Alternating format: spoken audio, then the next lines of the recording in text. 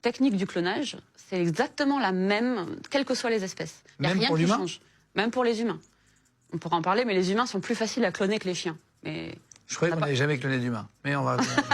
Alors on va commencer par les chiens. J'explique, n'importe quel être vivant sur Terre, mammifère, après, on va dire mammifère, voilà. On a besoin de 3 éléments principaux. On va essayer de le faire vraiment très simple, on va essayer de mettre peut-être un schéma à l'image. Oui, vous inquiétez pas. On a besoin d'une mère donneuse d'ovocytes, ovules, une mère porteuse et un individu à cloner. Voilà. La première étape, c'est cet individu qu'on veut cloner, on prélève des cellules, donc par biopsie, ce qu'on veut, ça peut être sur les poils, les oreilles. Donc tu prends un cheveu de quelqu'un, tu prends un cheveu de Benjos, par exemple, notre cadavre. Pour prendre un exemple. Exactement. Un cheveu. Ouais. Tu en fais quoi? Un cheveu. On va essayer de personnaliser. Tu en fais quoi? Ce cheveu-là, on va prélever des cellules de ce cheveu-là. Très bien. Et on les met dans un liquide qui s'appelle un liquide de culture, on appelle ça, qui est...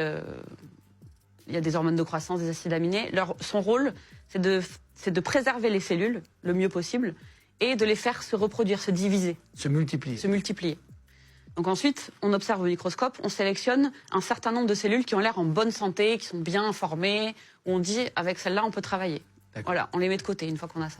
Ensuite, on prend des ovocytes, de la mère donneuse. Des ovules. Des ovules.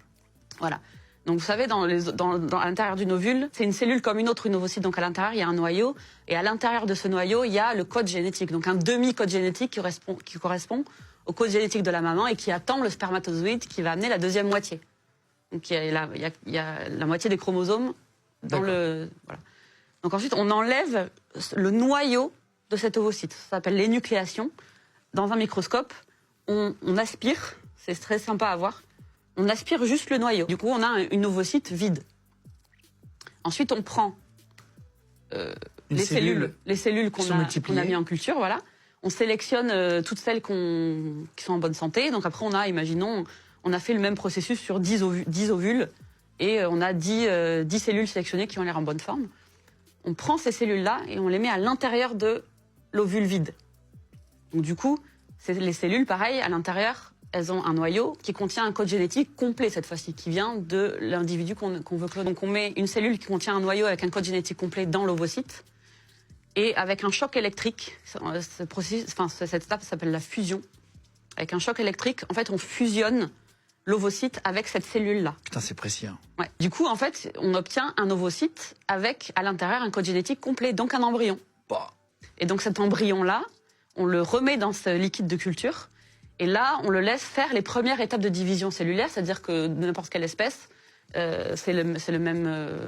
Oui, les cellules deviennent... Ils sont une, ça devient 2, ça devient 4, ça devient 8. Exactement. Et donc, on laisse cette division cellulaire se passer in vitro, c'est-à-dire en labo.